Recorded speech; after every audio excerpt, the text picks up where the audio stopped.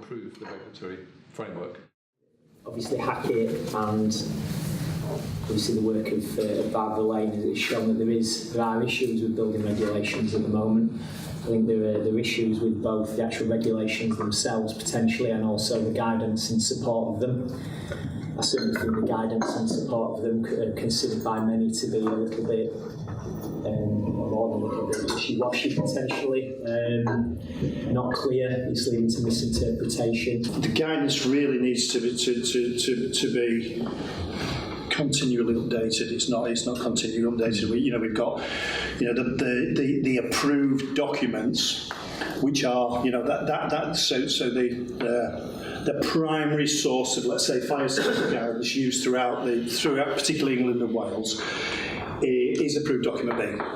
Because that is an approved document that is approved by the Secretary of State as being a method deemed to satisfy the regulatory requirements. I think the flaws lie then in the documents and the processes and the procedures that are then enabled to meet those requirements.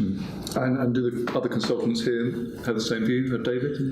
Specifically, take an example out of the ABB, the fact that the diagram for cavity barriers and fire stopping in external walls is a two-storey house. Absolutely. It still is, and it really doesn't take into account modern methods of construction. It just simply doesn't.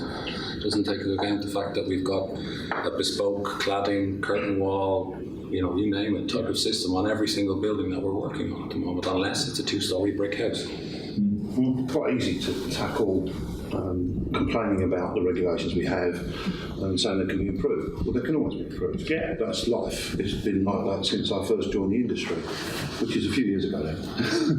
And I think we will always work at trying to get regulations improved. But let's remember there is another aspect to this, which is the engineered solution, which I think in terms of what you were saying.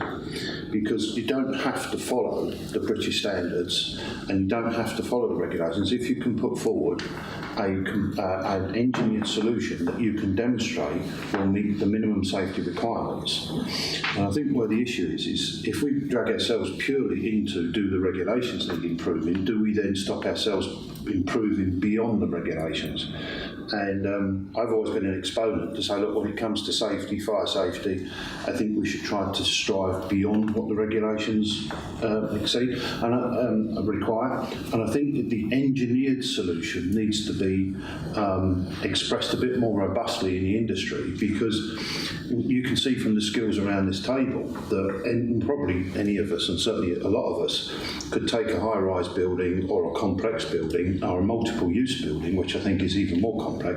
We would, by its very nature, look at the requirements of the facility and the requirements of the people, and then start to look at what is the engineered solution. So I think we have to be just a little bit mindful that we can't just deal with this by saying the regulations need updating, which really means the regulations are wrong. The building regulations are, there should be adequate means of escape from the building. Yes. It doesn't mean say, absolutely. There should be measures within the building to prevent early collapse in the event of fire, etc., etc. They are the regulations. So those fundamental, or those primary building regulation requirements, unless we suggest to introduce more, I don't see where the flaws are in the current building regulations. I don't understand the difference of half of those don't actually understand that the approved documents are only a minimum standard, and you're quite entitled to do more if the project and the building requires it. But the industry doesn't drive that. No, and this factors drive that, and that's the problem. Absolutely. Just a lot of what you've said is very much linked to the procurement process and the structure of the CDM regulations, then working alongside the approved documents. And I'll keep adding the engineered solution as well. Yeah. Okay. So there is a tendency in the industry to focus on the building regulations and the new build. The biggest concern I have with all of this in mind is not the new build, but the refurbishment projects, because that's where the big challenge sits. Well, the most interesting element for me was the idea of the principal engineer, an overriding figure similar to the principal designer who has the responsibility for the engineering installation for a building for the construction phase. In terms of regulation, obviously we need to legislate for the principal engineer, but we also need to make sure that the design and construction process is more rigorous, so that the design, the fire safety strategy is specified and becomes a key document for the building, and that the specification reflects the fire strategy document, and that fire strategy lives with the building throughout its life.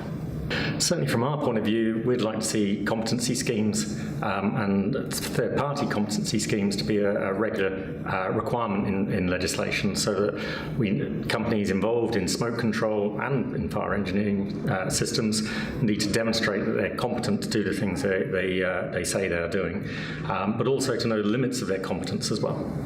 I think the key takeaway learning outcomes from the roundtable today was definitely the need for greater communication and more cross-discipline communication. Definitely think there was a couple of good ideas about having a clear understanding of what needs to happen at commissioning and testing stages. I think the legislation needs to be tightened. I think there's a couple of key areas. We're not picking up, we're not very good at the continuing controls imposed on building owners and occupiers to maintain particularly fire safety systems and smoke control systems. Also, there's a Regulation 38 is quite ineffective at the moment. That really needs to be tightened, but it really needs to be made clear as well that I think there should be a responsibility on the person responsible for the fire safety design, be that the fire engineer. They should be responsible for signing off at completion stage that the building has been completed in accordance with the fire strategy. Well, for me, it was just great to sit around a table of my colleagues and peers from within the industry, experts in smoke control, and not just designers but installers as well. And it's really good to get everyone in the same room. Well, I think we're all definitely in agreement that the industry needs to change for the better. It needs to improve, and we're all broadly in agreement of some of the key areas where that needs to happen. One kind of common theme that came out of the discussions today was the need for not just a golden thread of information throughout the lifetime of a building and at handover, but also a golden thread of competency during design, during implementation, during construction, and well past construction while the building is being maintained and managed throughout its lifetime. I think the consensus and commitment to the need for change within the construction industry with respect to culture and competence, and the efforts being made within the industry to do that. From the point of view of the SCA, we've had some very difficult discussions around this area. The second point was the universal agreement on the need to raise standards across the industry. The role of the Engineering Council in registering engineers seems to have been passed by a little bit. If someone wants to work as an engineer at whatever level, it be from technician to chartered, then they should be registered. And the SCA has been working on this one as well. We've been looking at a competency scheme for installers, and indeed it's a requirement going forward for all people in the SCA to be registered with that scheme. It was a scheme set up by working with a recognised third-party provider, and it's now live for anybody to join. I think the fundamental regulations are sound, but the way that they're interpreted and the guidance is really the issue. For example, approved document B needs a serious overhaul, and we need to, I think, take enforcement and inspection a little bit more seriously. Funding for this, I think, is also an issue.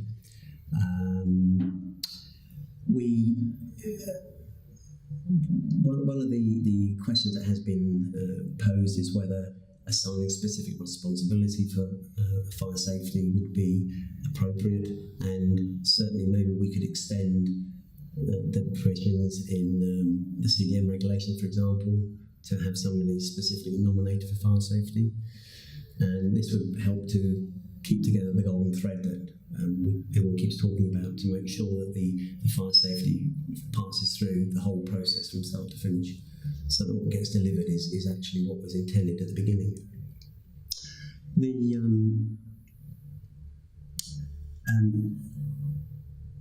The other area that we seem to fall short on is maintenance. Maintenance is often a forgotten element, I think.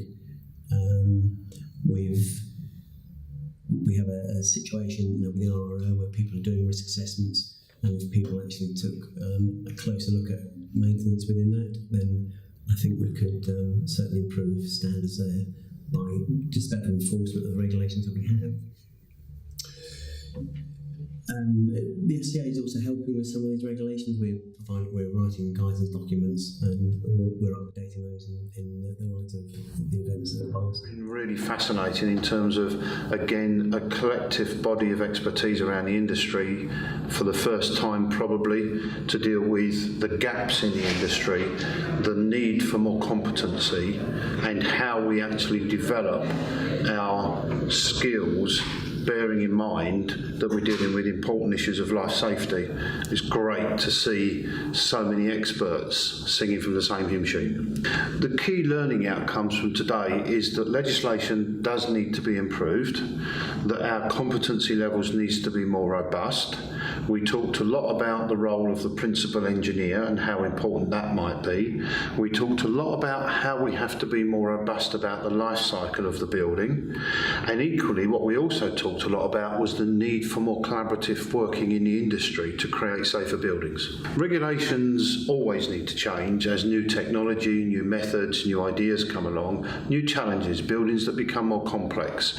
As we see cities grow, as we see cities become more complex, we need legislation to reflect that. But equally, what we've discussed today about legislation is that there are key roles in the industry that need to be enhanced, like the role of the principal designer. Maybe the CDM regulations need to be addressed in terms of life safety in buildings. Future gazing ideas that came out of today were many in terms of small items and big items. I think for me the real future gazing was a more joined up industry, right from the very first go of the planning permission right the way through to design, build, operate, maintain, and how we can make sure that life safety systems in buildings are regularly checked and tested through the life of the building to make sure they're properly functional. Legislation in the future must adapt. It must grow with the changing technologies that we have and the growing knowledge of how fire and safety relate to people in buildings. And we've discussed a lot today about how possibly that the building regulations could be enhanced. But equally, what we've also discussed today is the more challenging area of what we call the engineered solution.